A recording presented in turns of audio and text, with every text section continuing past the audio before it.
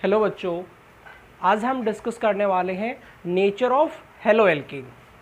चलिए,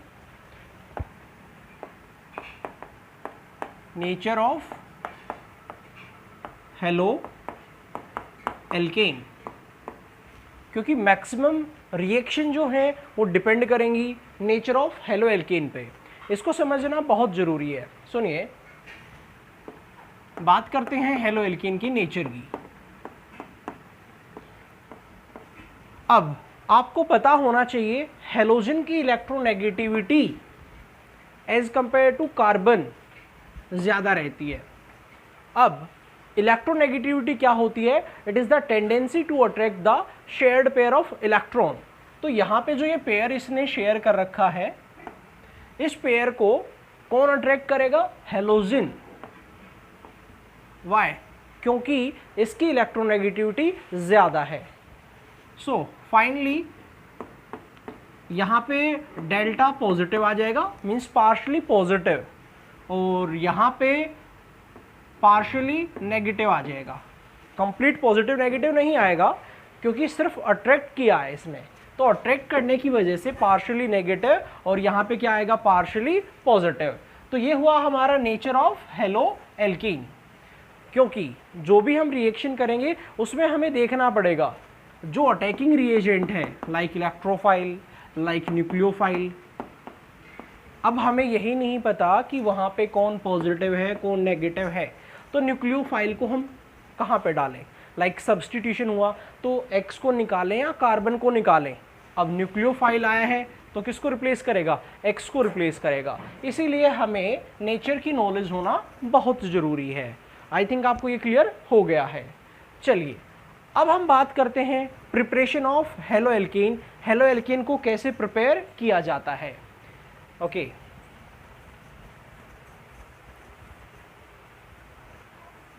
first method from alkene,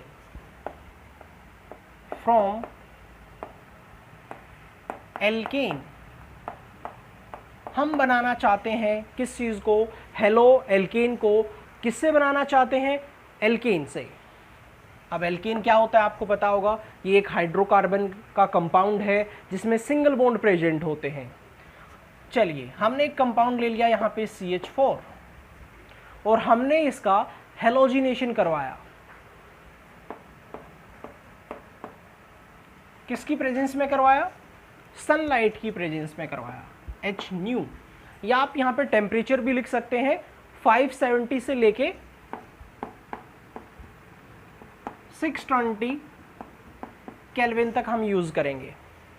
अब क्या करेगा ये X, यहाँ से एक H क्या कर देगा?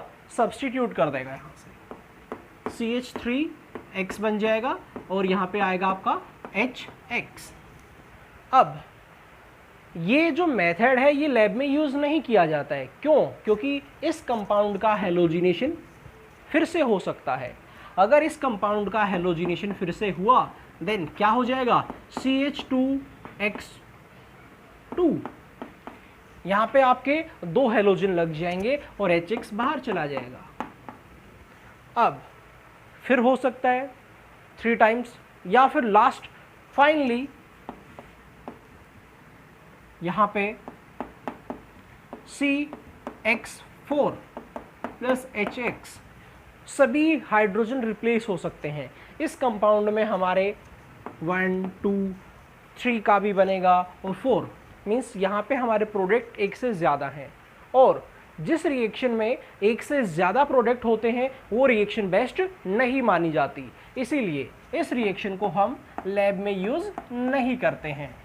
ओके, चलिए, बट ये तो हुआ कि लैब में हम इसको प्रिपेयर नहीं करते, बट प्रॉब्लम तो इसके ऊपर ज़रूर आ जाती हैं।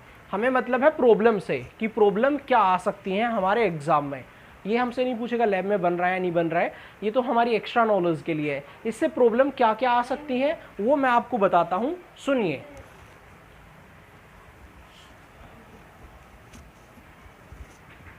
यहाँ पे आपसे पूछा जाएगा रिएक्टिविटी।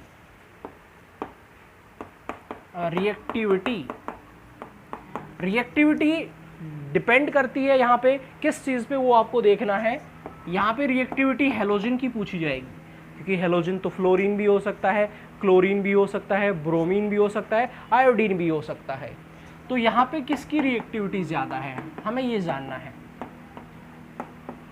तो इसके लिए हम आंसर करते हैं फ्लोरीन, क्लोरीन, ब्रोमीन, आयोडीन में किसकी रिएक्टिविटी ज़्यादा है। तो यहाँ पे फ्लोरीन की रिएक्टिविटी सबसे ज़्यादा होगी, एक्सप्लोजिव है ना। तो हमें यहाँ पे बम नहीं फोड़ने हैं कि हम एक्सप्लोड करेंगे, ऐसा हमें नहीं करना है। क्लोरीन की उससे कम है, ब्रोमीन की उससे कम है और आयोडीन की सबसे कम है। तो एक प्रॉब्लम तो यहाँ पे आ सकती है रिएक्टिविटी से रिलेटेड। ओके, अब यहाँ पे जो एच न्यू लिया गया है, एच न्यू का यहाँ पे क्या रोल है। तो एच न्यू कभी कभार पूछ लिया जाता है एच न्यू हमने क्यों लिया है। तो एच न्यू यूज किया जाता है होमोलिटिक क्लीवेज के लिए। मीन्स ये जो रिएक्शन होगी ये होमोलिटिक होगी, फ्री रेडिकल मैकेनिज्म से होगी। ओके, तो ये भी आपसे पूछ लिया जाता है। उसके बाद नेक्स्ट आगे चलते हैं, और कुछ पॉइंट और हैं हमारे, उनको भी हम क्लियर कर लेते हैं। ओके, वो क्या क्या प्रॉब्लम है वो मैं आपको बता देता हूं।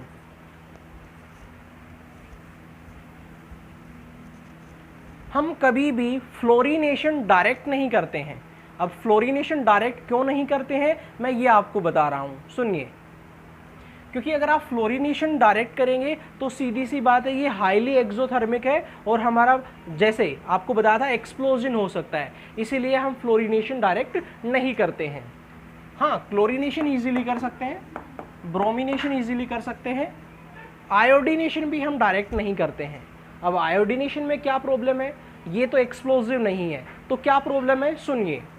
ये हमारी रिएक्शन रिवर्सिबल है, CH4 plus I2 gives CH3 plus HI, यहाँ पे आयोडीन लगा HI। ये रिएक्शन रिवर्सिबल है, ये फिर से पीछे आ जाएगी, ये स्टेप फर्स्ट है।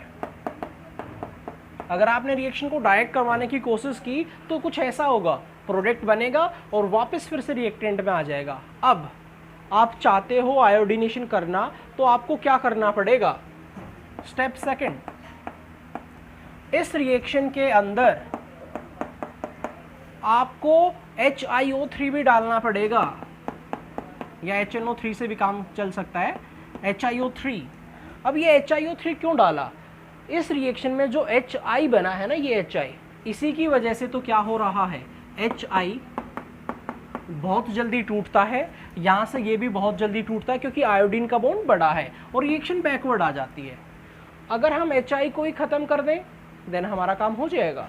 तो HI को हमने ऑक्सीडाइज करवा दिया यहाँ पे, किसकी हेल्प से, HiO3 की हेल्प से। तो हमारा यहाँ पे बन गया I2 + H2O।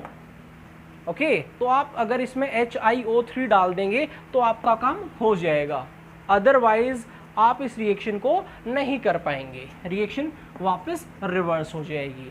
तो इसीलिए आयोडीनेशन करवाने के लिए आपको ज़रूरत पड़ती है, किस चीज़ की ज़रूरत पड़ती है, HiO3 या किसी ऑक्सीडाइजिंग एजेंट लाइक HNO3 की। ओके, आई थिंक आपको यहाँ तक ये समझ में आ गया है।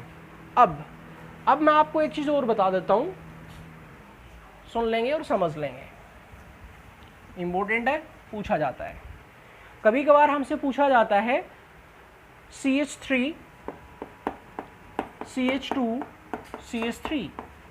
अब हमें इसका हेलोजिनेशन करवाना है, तो हेलोजिनेशन यहाँ पे भी हो सकता है, CH3 यहाँ पे भी हो सकता है, यहाँ पे तो सेम ही बात है। तो यहाँ पे प्रोडक्ट दो बने, CH3CHX CH3, और एक हमारा प्रोडक्ट बना, क्या पता हाइड्रोजन यहाँ से डिस्प्लेस हो जाए, CH3 CH2 CH2X, ये भी हो सकता है। अब ये जो प्रोडक्ट है ये माइनर है और ये जो प्रोडक्ट है ये मेजर है। अब ऐसा क्यों है, क्योंकि ये रिएक्शन फ्री रेडिकल मैकेनिज्म से हुई है, ये हमारा 2 डिग्री फ्री रेडिकल होगा, ये 1 डिग्री फ्री रेडिकल होगा, और हम अच्छे से जानते हैं फ्री रेडिकल के लिए 3 डिग्री की स्टेबिलिटी ज़्यादा होती है, 2 डिग्री की कम होती है और 1 डिग्री की सबसे कम होती है।